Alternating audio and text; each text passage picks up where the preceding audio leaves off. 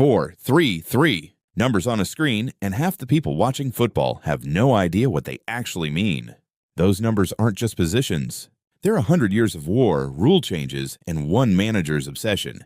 That reshaped the entire sport. In the next 5 minutes, you're going to understand formations better than most pundits on TV. Football didn't start with formations at all. In the 1800s, teams basically just attacked. 2 defenders, 3 midfielders, 5 forwards. It was called the pyramid. For 50 years, it was the only system anyone used. Then in 1925, one small rule change broke the entire sport. The offside law got tighter. Suddenly, that flimsy 2-man defense was exposed constantly. Teams were getting torn apart. Something had to change. Herbert Chapman, managing Arsenal, didn't just tweak his team.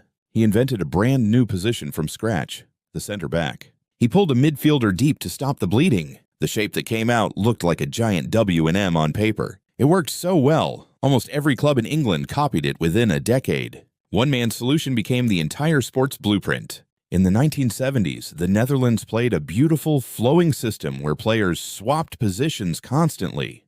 It's called total football. They reached 2 World Cup finals with it. They lost both.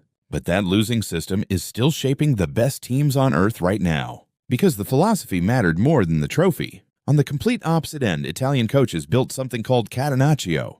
3 defenders, lockdown structure, and one job: don't concede. It wasn't exciting. It was brutally effective. Sometimes the smartest tactic isn't the prettiest one. Fast forward to today, and one shape dominates world football: the 4-2-3-1. 2 holding midfielders protecting the back 4. 3 creative players just ahead of them. 1 striker up top.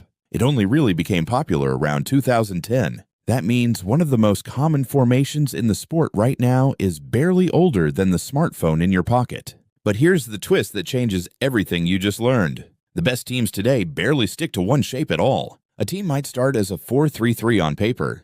The moment they get the ball, the fullbacks tuck inside, players rotate, and suddenly it's a completely different structure. The formation on the team sheet is basically a lie by kickoff. This past Premier League season proved both extremes can win.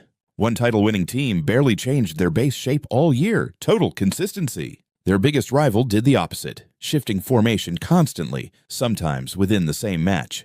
Same league, same season. 2 completely opposite philosophies, both fighting for the same trophy. So next time you see 4-3-3 flash on your screen, don't just read it as 3 numbers. Ask what happens the moment they get the ball. Ask what happens the moment they lose it. That single question is the difference between watching football and actually understanding it. 100 years ago, one rule change and one stubborn manager rebuilt this entire sport from scratch. Every formation you see today is still an echo of that moment. If you've followed this whole series, you're no longer just watching football, you're reading it. Subscribe, because next match day, you'll see the game completely differently before the commentator even explains it.